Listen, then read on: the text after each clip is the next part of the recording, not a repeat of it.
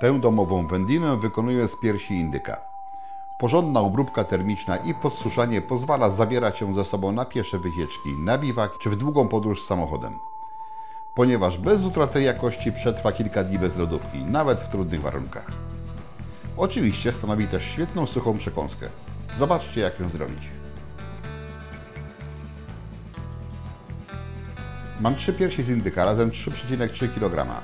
Przyprawy to sól 55 g i po jednej łyżeczce pieprz, czosnek mielony, mielona kozieradka, ostra papryka i pół łyżeczki tymianku. Napieram piersi przyprawami i wstawiam na 3 do 5 dni do lodówki. Codziennie obracam.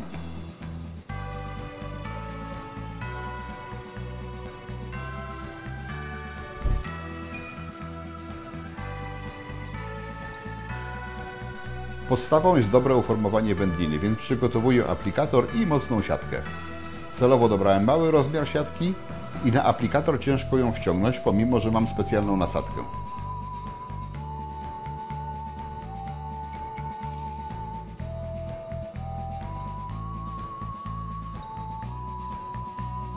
Piersi po peklowaniu należy lekko opłukać i osuszyć, ale jak ktoś chce, można też natrzeć świeżą przyprawą.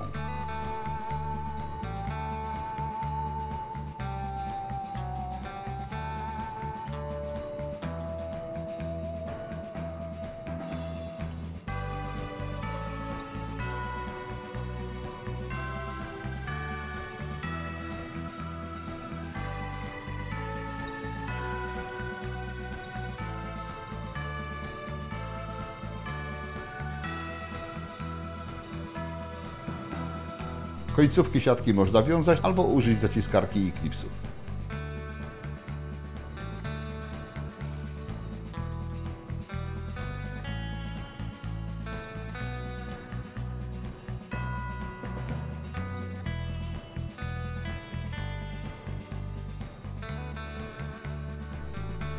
Został jeszcze jeden kawałek.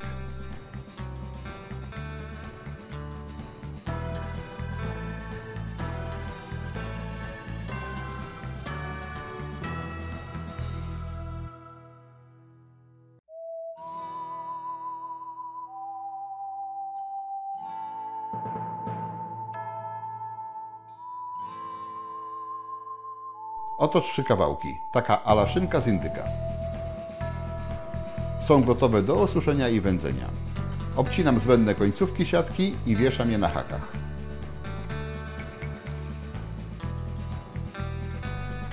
Ustawiam na wędzarni 60 stopni, dosuszam i rozgrzewam powierzchnię wędliny. Wędził będę bukiem.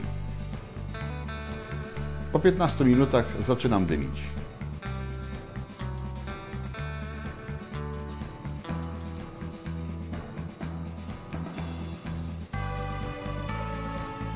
Wędzę do uzyskania lekkiego koloru, a potem wbijam w jedną sztukę sondę termometru.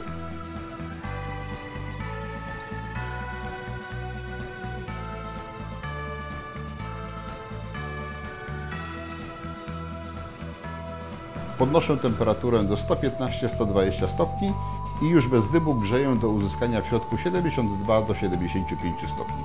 Teraz w środku jest tyle. Wędlina mocno ściemnieje i dobrze się przetworzy cieplnie. Zbliżamy się do końca. W wędzarni jest trochę ciemno, ale na zewnątrz jest jeszcze sporo światła i widać, jak wygląda ta szynka z indyka.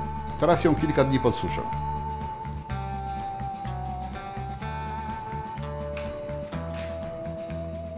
Trzeba kilka dni poczekać, ale jak te kilka dni minie, to mamy taką wspaniałą, suszoną, indyczą bryłkę.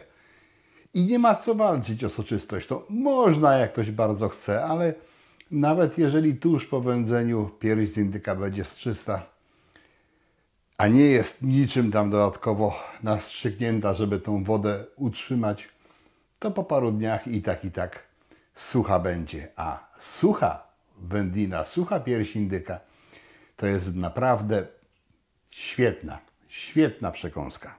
Rozpakujmy to.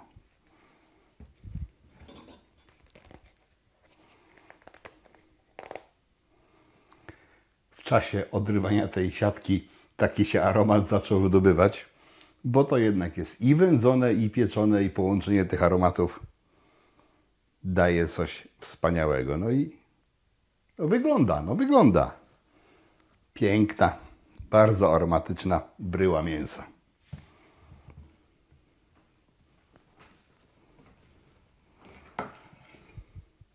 O.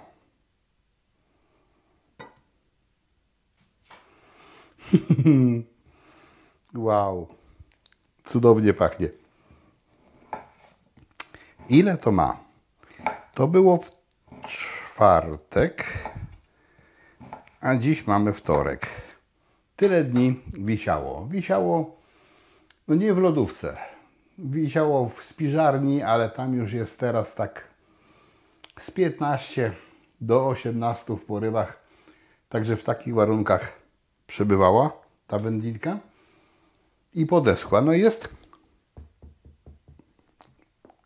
O, słychać, że jest porządnie podsuszona.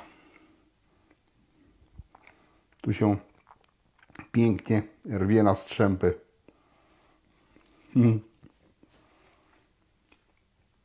Nie wiem jak wy, ale ja mógłbym się zajadać czymś takim na okrągło. A jest to jednak białe mięso i troszeczkę łagodniejsze od innych dla żołądka. Wędzone nie za długo, ciemny kolor wynika z podpieczenia i z drugiego czynnika, czyli suszenia. Widać było na wcześniejszych zdjęciach, że to na tych etapach po wędzeniu, tuż po pieczeniu było zdecydowanie jaśniejsze niż teraz, bo suszenie też swoje daje. Ciężko mi się powstrzymać. Przepraszam. Ostatni kawałek przygryzam.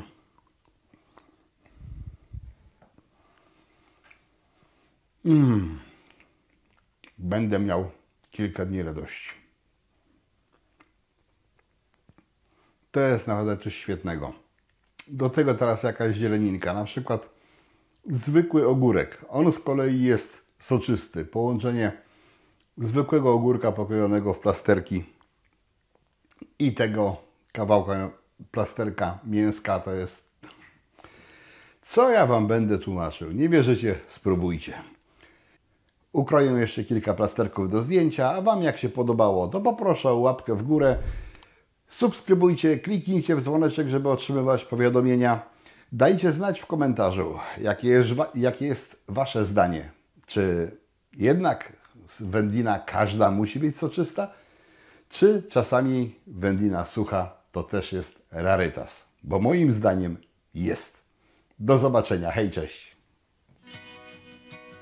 Jak wspomniałem na początku, taką suchą wędlinę możecie wrzucić do plecaka, czy zabrać w podróż samochodem. Bez problemu, bez lodówki przetrwa i dostarczy nam energii podczas wyprawy.